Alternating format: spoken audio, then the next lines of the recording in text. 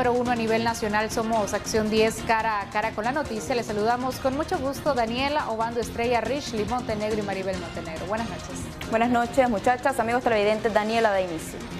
El Ministerio de Salud en Nicaragua, a través de su informe presentado de manera semanal en torno a la situación de COVID-19 en el país, reporta 47 nuevos casos de coronavirus y un nuevo deceso a causa de esta enfermedad. Xochitl Mendoza nos amplía.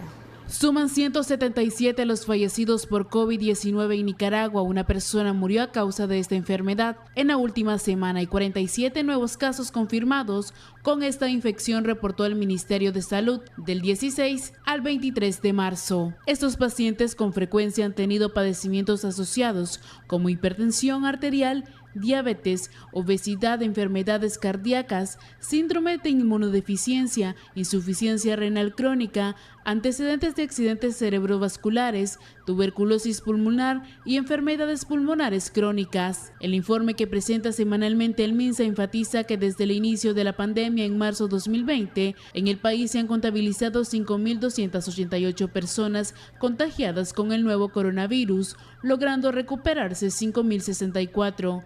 Otras 34 personas a las que se les daba seguimiento cuidadoso y responsable cumplieron con su periodo establecido, mientras que médicos independientes registran más de 3.000 fallecidos sospechosos a COVID-19 y un contagio mayor a los 13.000, siendo el departamento de Managua el que más reporta casos y muertes, según detalla el informe.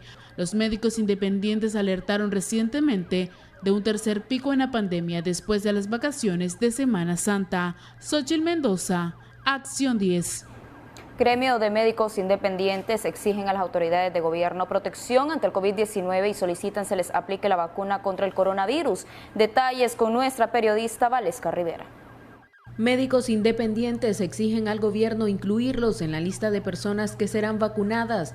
Esto porque destacan estar en la primera línea. ¿Dónde o en qué momento se va a recibir la vacuna hasta este momento? Y hoy por hoy el esquema de vacunación aún no lo sabemos y aún el gobierno simple y sencillamente no hace lo que debe de hacer, que esta vacuna llegue donde se debe de necesitar, que es en primera instancia al personal sanitario.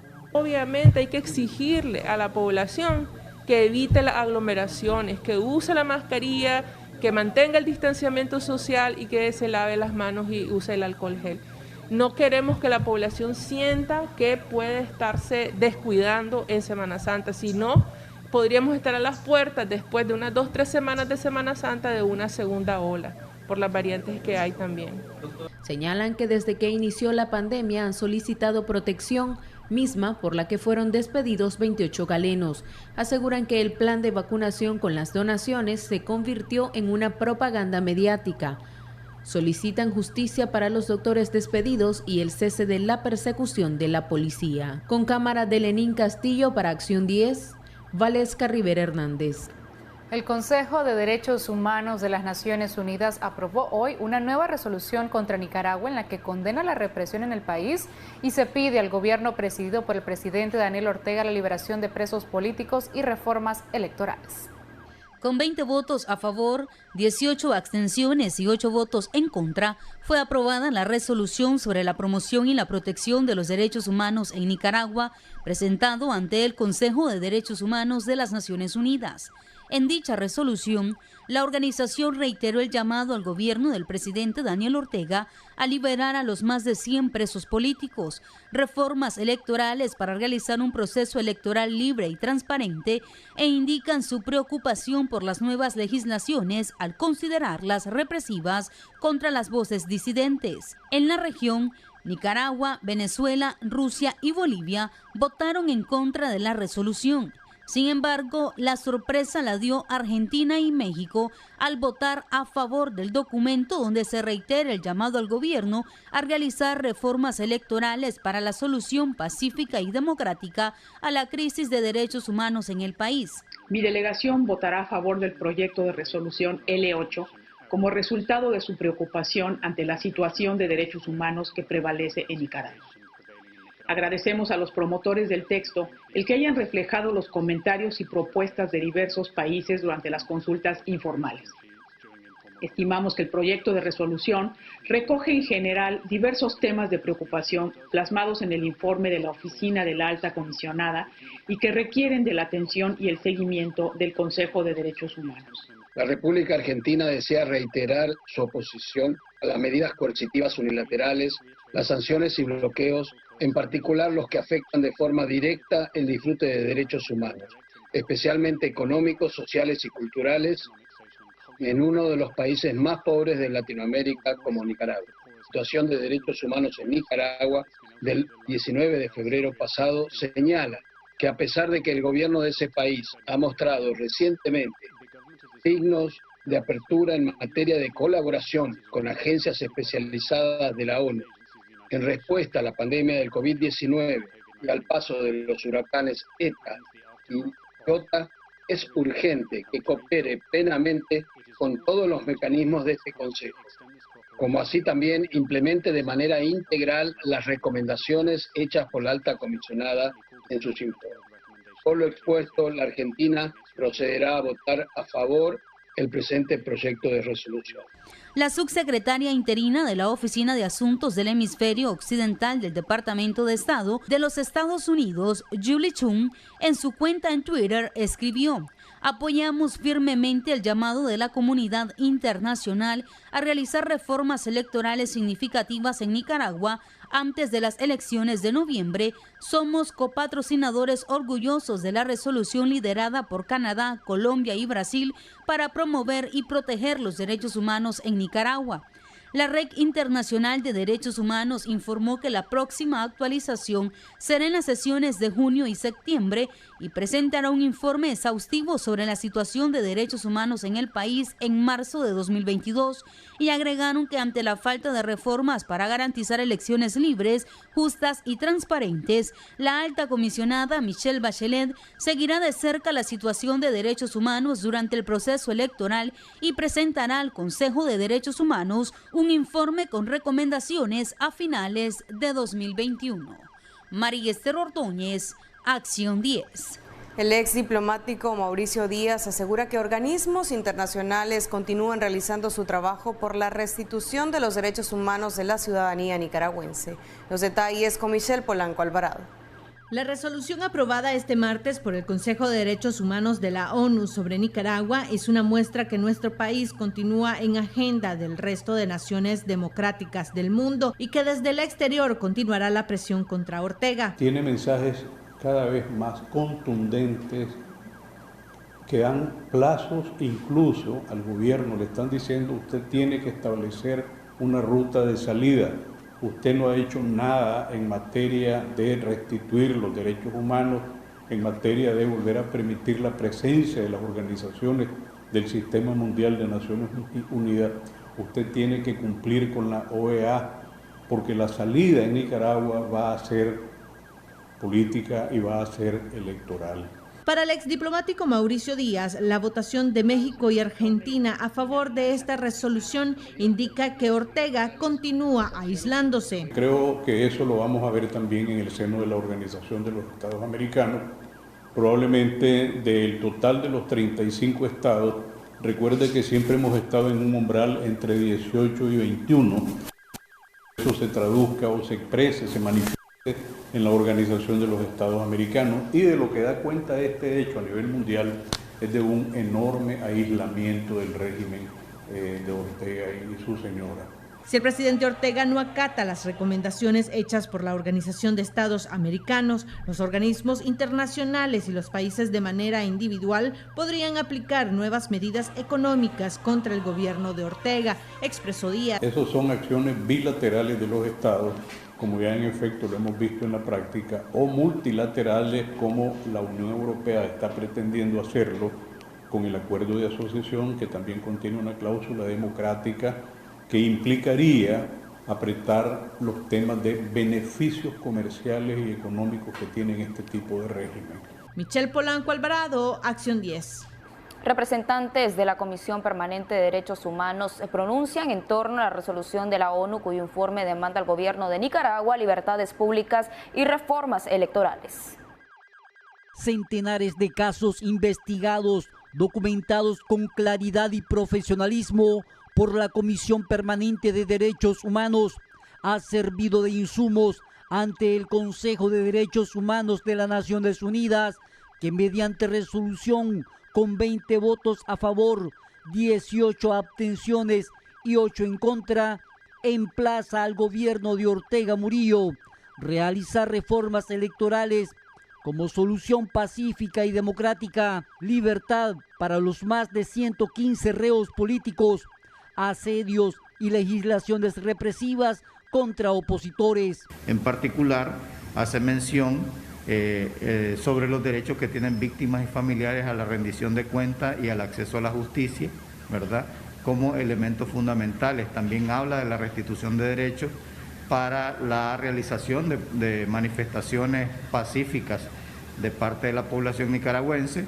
Habla de manera bastante clara y precisa de la liberación inmediata y sin condición de los presos políticos que en este momento están en las cárceles. Se habla también de que deben ser restituidos el derecho de asociación que ha sido violentado a algunas organizaciones de sociedad civil, e incluye que se le regresen las propiedades que le fueron confiscadas. Según el secretario adjunto de la CPDH, doctor Denis Darce, no sorprende que países como Nicaragua, Venezuela, Rusia y Bolivia votaran en contra de la resolución. En otra de sus puntos destacan la necesidad, la obligación del Estado a que cese la represión en todas sus expresiones. Se habla de que se debe de dejar de intimidar, de acosar y asediar a las personas disidentes políticos. También se habla de que se debe dejar de acosar, intimidar y asediar a los defensores de derechos humanos, y habla de manera también bastante particular de los defensores de los derechos del medio ambiente y de los pueblos indígenas. Habla de que debe de haber procesos de reforma o derogación de las leyes que últimamente se han venido aprobando y que de manera clara violentan el ejercicio de los derechos humanos. Pero sorprendió que países aliados a Ortega Murillo, como Argentina y México, votaran a favor de la resolución. Es muy importante esta resolución, sobre todo porque deja claro, ¿verdad?, de que el Estado ha intentado vender o dar una cara de que efectivamente se están respetando los derechos humanos de todos y cada uno de los nicaragüenses. Esta resolución deja sentado de que no es creíble lo que dice el Estado y que efectivamente existen suficientes pruebas fehacientes donde se demuestran de que existen graves violaciones de derechos humanos y que todavía el Estado de Nicaragua no ha cumplido con las resoluciones efectuadas desde el año 2018 hasta la fecha. Todo esto apunta a un aislamiento total, nada favorable para la economía de nuestro país. Continuamos a través de una carta abierta presentada en una transmisión de Facebook. El Movimiento Acción Universitaria exige al Consejo Estudiantil de la UNAM Managua el reintegro de los jóvenes expulsados de esta alma mater. Abigail Blandino nos cuenta más. Jóvenes del Movimiento Acción Universitaria dieron a conocer una carta abierta, la cual va dirigida al Consejo Universitario de la UNAM Managua, en la que apelan la reintegración de más de 80 estudiantes que fueron expulsados por atrincherarse durante la crisis del año 2018. Y 51 del Código de Ética de la institución. Estas expulsiones fueron aprobadas mediante una resolución del Consejo Universitario en sesión extraordinaria número 13/2018. Las expulsiones universitarias fueron tipificadas como faltas graves, las cuales se contemplan en el artículo 4 del reglamento y son detallados en el artículo 6 del mismo, cuyas sanciones prevén en el artículo 8, siendo la máxima sanción contemplada la suspensión de hasta un semestre académico. No obstante, las expulsiones todavía persisten 2 años y 7 meses después de la dictada resolución de las sanciones. La carta fue leída por dirigentes de este movimiento durante una transmisión en vivo en la red social Facebook. En la misma se denuncia que han transcurrido más de 2 años desde que estos fueron expulsados arbitrariamente y que las autoridades universitarias han hecho caso omiso a la ley 996. En consecuencia, las expulsiones universitarias debieron y deben ser revertidas o anuladas, pues competen a procesos sancionatorios de índole administrativa, los cuales son comprendidos por la ley número 996 de amnistía. Un estudiante de esta alma mater, a través de una entrevista, aseguró que su expulsión como universitario fue por represalias políticas. Creo que el motivo de mi expulsión en sí y en síntesis fue el apoyo pues de que yo di hacia mis compañeros de la UNAM y también pues porque me atrincheré en su tiempo pues y me asistir en marchas y todo eso.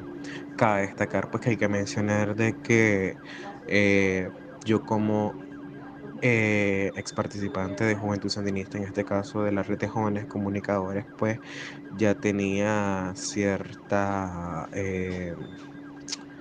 ¿cómo decirlo? Cierto color, pues, o sea, ya ante las instituciones universitarias, públicas y privadas, pues yo era como que estudiante de comunicación de la UNAM Managua que pertenecía a la red de jóvenes comunicadores, etcétera. Y pues cuando me salí para ella fue como un shock, pues, y considero que más fue como que también un acto de venganza, pues, a haberlo abandonado, porque también usaron lenguajes como insurrecto, traicionero, matamama, vendepatria, etcétera.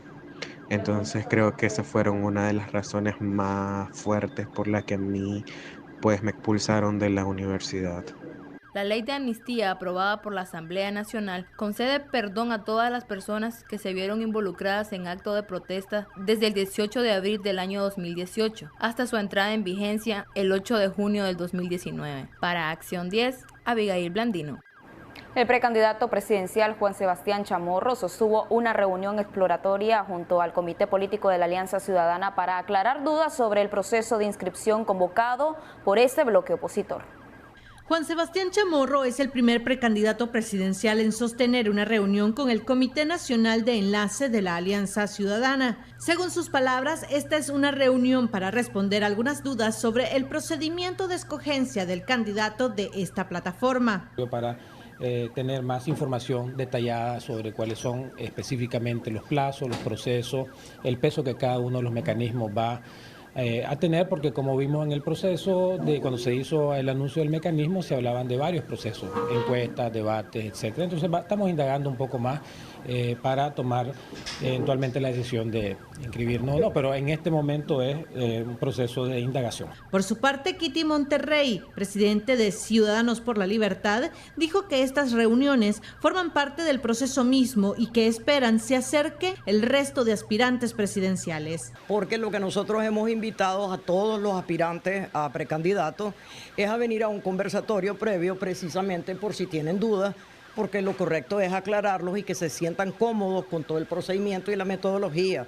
De nada serviría hacer un proceso en el cual los candidatos o precandidatos no quisieran participar. Ambos consideran que la unidad de las fuerzas opositoras se dará previo a las elecciones, pues entienden que solos no podrán ganar unas elecciones nacionales contra el partido de gobierno. Como lo he expresado a ustedes, a la ciudadanía en general, mi candidatura no va a ser una candidatura de bloques o de tucos, sino de una plataforma unitaria que integre a la mayoría de las organizaciones opositoras que quieren un cambio democrático. La Alianza Ciudadana tiene responsabilidades divididas. La Alianza Cívica estará conversando y está abierta a conversar con todas las organizaciones de la sociedad civil. La responsabilidad nuestra han sido los partidos políticos y el movimiento campesino. Y las aproximaciones se han dado y han habido ya conversaciones previas. La semana pasada, Alianza Ciudadana convocó a los precandidatos a inscribirse para un proceso de selección de candidato presidencial, en el cual se deben comprometer a no correr en ningún otro partido o casilla si no resulta escogido del proceso de selección. Michelle Polanco Alvarado, Acción 10. La expresidenta interina de Bolivia, Yanine Áñez, denunció este martes a través de una carta publicada en redes sociales que ha sido víctima de torturas desde su detención. Además, calificó como una dictadura al gobierno de Luis Arce. A través de una carta publicada en las redes sociales de la expresidenta interina de Bolivia, Yanine Áñez, denunció torturas y abusos desde que fue detenida hace una semana y llama dictadura al gobierno de Luis Arce, a quien además responsabiliza de lo que le llegue a pasar en prisión. En la misiva escrita por la exmandataria interina, sostiene que sus palabras son de ánimo y firmeza. Esta es una lucha por la democracia y vamos a darle hasta el final. Áñez, quien tiene una semana recluida en una cárcel desde que un juez le dictó detención preventiva, inicialmente por 4 meses y luego extendida a 6 meses ante el riesgo de fuga, agrega que se encuentra mal de salud y que no ha recibido atención médica y que desconfía en el trabajo de los doctores del gobierno. En otro párrafo del escrito se lee textualmente: hoy la dictadura me imputa por delitos que no he cometido. Jamás fui terrorista. Asumí la presidencia por sucesión constitucional para pacificar Bolivia. No hubo golpe, hubo fraude. También dice que sus sobrinos de 20 y 28 años fueron torturados por los agentes de la policía que formaron parte del operativo para su detención y que otros familiares, personas mayores y niños fueron amenazados. María Esther Ordóñez, Acción 10. Este pasado fin de semana se llevó a cabo la 10ª Asamblea de los Pueblos Indígenas y Afrodescendientes con la participación de 10 municipios de la costa caribe, en la cual se eligieron a las autoridades que estarán al mando durante los próximos 4 años.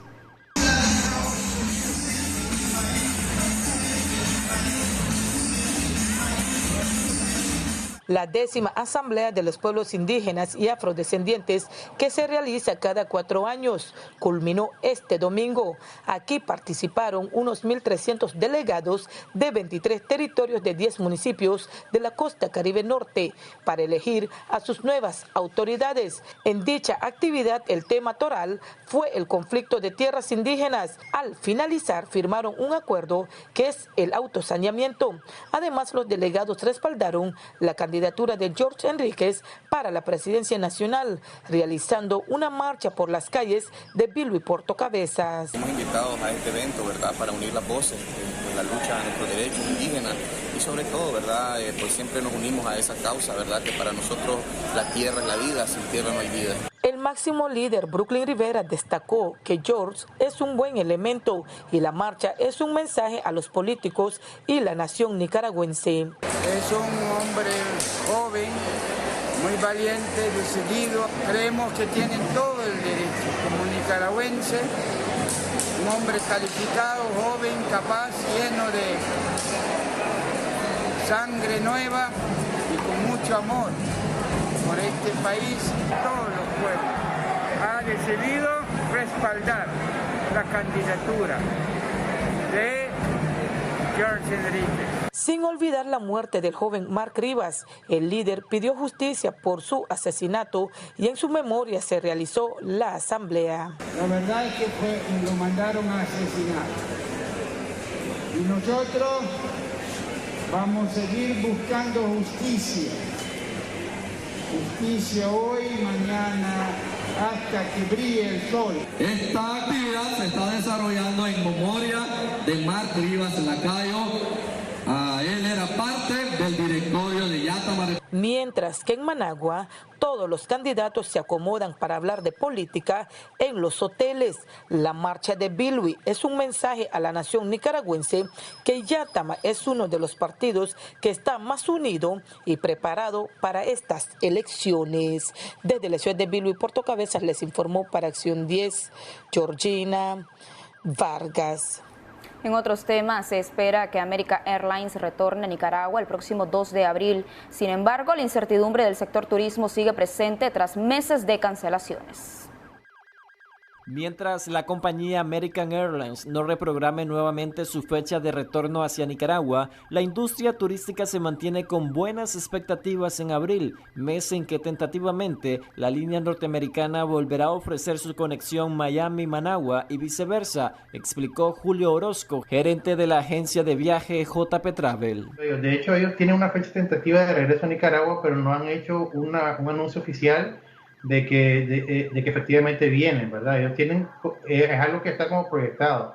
Las conexiones, sabemos que American Airlines pues vuela directamente hacia Miami, de ahí que es su hub pueden hacer conexiones a todos los destinos a los que American está volando en este momento.